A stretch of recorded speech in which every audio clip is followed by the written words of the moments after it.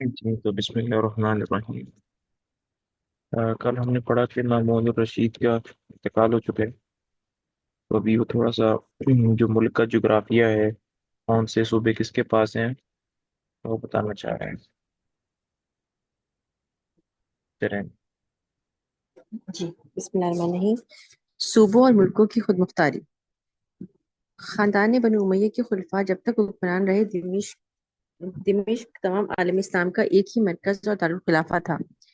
بنو امیہ کی خلافت کے وارث عباسی ہوئے تو عبداللہ صفا پہلا عباسی خلیفہ سن 132 ہجری میں خلفائے بنو امیہ کا قائم مقام اور تمام عالم کا فرمانروا بنا، لیکن صرف 6 سال بعد یعنی سن 138 ہجری میں اندلس کا ملک خلافت بنو عباس سے جدا ہو گیا اور وہاں ایک جداگانہ خلافت بنو امیہ قائم ہو گئی۔ سن 172 ہجری میں مراکش کے اندر ایک اور خود مختار سلطنت قائم ہو گئی جو سلطنت ادریسیہ کے نام سے مشہور ہے۔ اس طرح مراکش کا ملک بھی بنو عباس کی حکومت کے دائرے سے ہمیشہ کے لیے خارج ہو گیا۔ چند روز کے بعد سن 184 ہجری میں ٹیونس اور الجیریا کا علاقہ، جس کو صوبہ افریقہ کہا جاتا تھا، برائے نام حکومت عباس کا ماتحت رہ گیا، ورنہ وہاں بھی ابراہیم بن اغلب کی خود مختار حکومت قائم ہو کر عرصہ دراز تک اس کی اولاد میں قائم رہی۔ سن 205 ہجری میں مامون الرشید نے طاہر بن حسین کو خراسان کی صوبے داری پر مامور کر کے بھیجا۔ اسی تاریخ سے خراسان کی حکومت طاہر کے خاندان میں رہی۔ جس طرح افریقہ برائے نام دولت عباسیہ سے تعلق رکھتا تھا، اسی طرح خراسان کی دولت طاہریہ کا بھی برائے نام تعلق تھا، یعنی معمولی خراج وغیرہ وہاں سے آ جاتا تھا اور خطبے میں عباسی خلیفہ کا نام لیا جاتا تھا۔ باقی امور میں طاہریہ سلاطین خود مختار تھے۔ سن 213 ہجری میں محمد ابراہیم زیادی کو یمن کی حکومت سپرد کی گئی اور اس کے بعد یمن کی حکومت اسی کے خاندان میں رہی۔ یمن بھی خراسان اور افریقہ کی طرح آزاد ہو گیا اور سن 182 ہجری میں سے سن 128 ہجری سے 128 سے کیا ڈیٹ دو لکھی ہوئی ہے دو اس سو میں؟ تیرہ لکھا ہوا ہے نا، اچھا 128 سے 213 تک۔ اچھا ٹھیک ہے۔ ایک سو 188 128 128 ہی ہے نا؟ جی 128، جی۔ ہاں ٹھیک ہے۔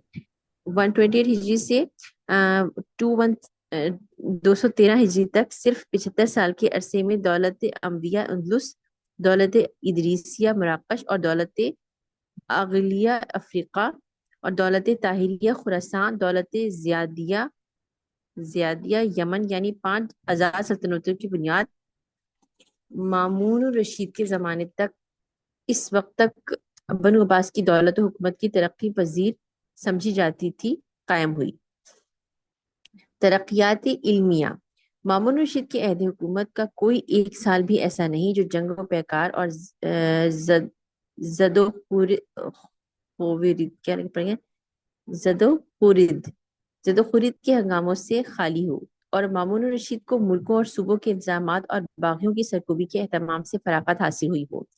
لہٰذا توقع نہیں کی جا سکتی کہ ایک ایسا مصروف کار افکار اور حالات سلطنت سے ہمہ وقت باخبر رہنے والا خلیفہ علوم و فنون کی طرف بھی توجہ کر سکا ہوگا۔ لیکن حیرت ہوتی ہے کہ مامون الرشید عباسی عہد خلافت میں علوم و فنون کے جس قدر دریا بہے اور مامون نے اس طرف توجہ کر کے جو کارہائے نمایاں علمی دنیا کے لیے انجام دیے، اس کی نظیر دوسری جگہ دستیاب نہیں ہو سکتی۔ یہی وجہ ہے کہ اس کی شہرت و عظمت نے غیر معمولی رتبہ بلند حاصل کر لیا۔ ہارون رشید کے بغداد میں بیت الحکمت کے نام سے ایک دار الترجمہ اور دار التصنیف قائم کیا تھا، جس میں مختلف ملکوں کے رہنے والے، مختلف مذاہب کے پیروں اور مختلف زبانیں جاننے والے علماء مصروف کار رہتے تھے۔ مامون کو ارسطو کی کتابوں کے ترجمہ کرانے کا شوق ہوا اور اس نے قیصر روم کو لکھا کہ ارسطو کی تمام تصانیف جہاں تک دستیاب ہو سکیں فراہم کر کے ہمارے پاس بھیج دو۔ قیصر کو اس حکم کی تعمیل میں کچھ تعمل ہوا۔ اس نے عیسائی علماء سے مشورہ کیا تو انہوں نے کہا کہ فلسفے کی کتابیں ہمارے ملک میں مقفل و محفوظ ہیں اور ان کو پڑھنے پڑھانے کی کسی کو اجازت نہیں، کیونکہ اس سے مذہبی احترام لوگوں کے دلوں میں باقی نہیں رہ سکتا۔ ان کتابوں کو آپ ضرور خلیفہ اسلام کے پاس بھجوا دیں تاکہ وہاں فلسفے کی اشاعت ہو اور مسلمانوں کا مذہبی جوش سرد پڑ جائے۔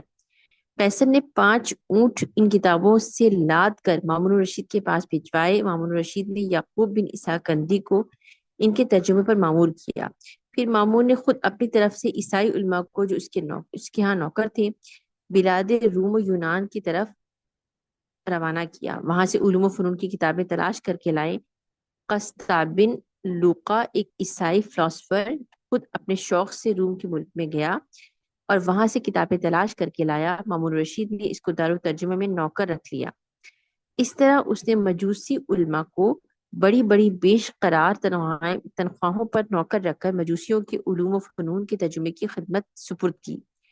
ہندوستان کے راجاؤں کو معلوم ہوا تو انہوں نے مامون رشید کی خدمت میں سنسکرت کے عالموں اور بڑے بڑے پنڈتوں کو بطور تحفہ بھیج کر خلیفہ کی خوشنودی حاصل کی۔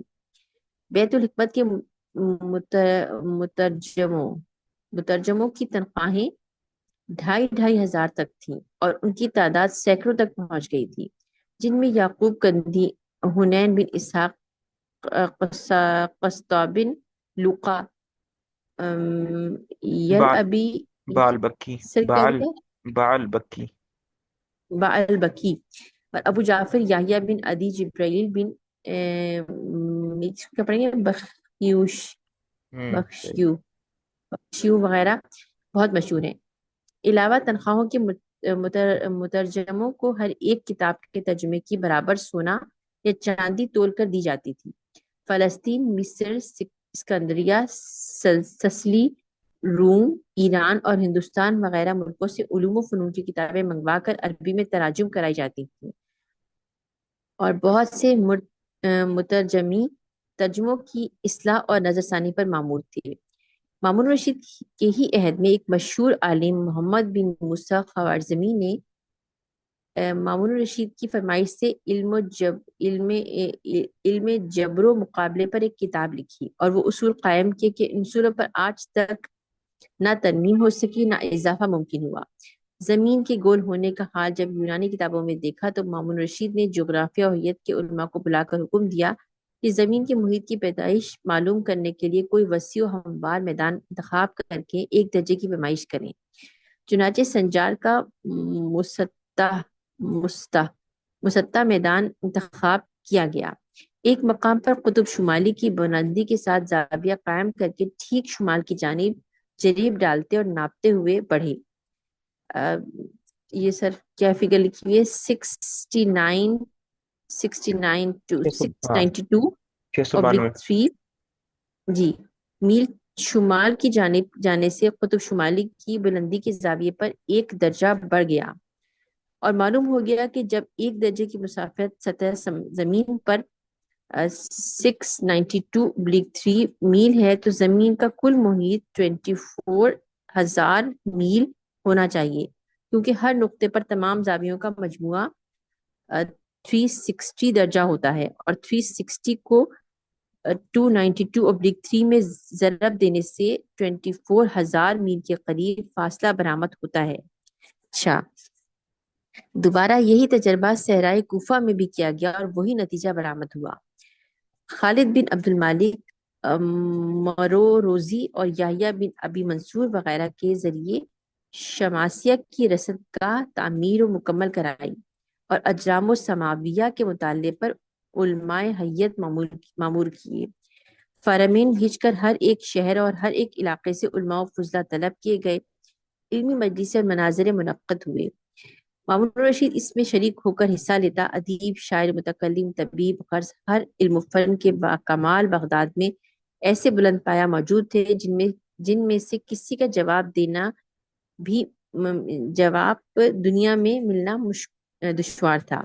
اسمعی جو لغات عرب اور نحو اور ادب کا امام تھا، پیرانہ سالی کی وجہ سے پیرانہ سالی کیا ورڈ ہے سر؟ پیرانہ جی جی، سالی، ہاں پھر رسل۔ اچھا پیرانہ سالی کی میننگ کیا ہے؟ پیرانہ سالی کی وجہ سے کوفہ چھوڑ کر بغداد نہ آ سکا۔ اس کو وہیں وظیفہ ملتا تھا اور اہم مسائل حل کرنے کے لیے وہیں بھیجے جاتے تھے۔ یہ پیری فقیری والا پیرانہ سالی ہے؟ کیا کہہ رہی ہیں؟ سر یہ پیرانا سالی کی میننگ کیا ہے؟ پیرانا سالی. پتا نہیں کیا مطلب اس کا. اچھا اچھا، اس سے دیکھ لیں گے. اہم مسائل حل کرنے کے لیے وہیں بھیجے جاتے تھے. فرائض نحوی میں بغداد میں علم نحو کی تدوین کی اور کتابیں لکھوائیں. اس کے لیے ایوان شاہی کا ایک کمرہ خالی کر دیا گیا تھا جس میں علماء طالب علمانہ حیثیت سے استفادہ کرنے آتے تھے. فن خوشنویسی پر مامون ہی کے زمانے میں کتابیں لکھی گئیں اور اس فن کے اصول و قواعد مدون و مرتب ہوئے. غرض مامون رشید کی توجہ اور سرپرستی علوم کا نتیجہ تھا کہ مسلمانوں کے سامنے یونانیوں، ایرانیوں، مصریوں اور ہندیوں کے علوم و فنون سب یکجا و بے نقاب ہو گئے.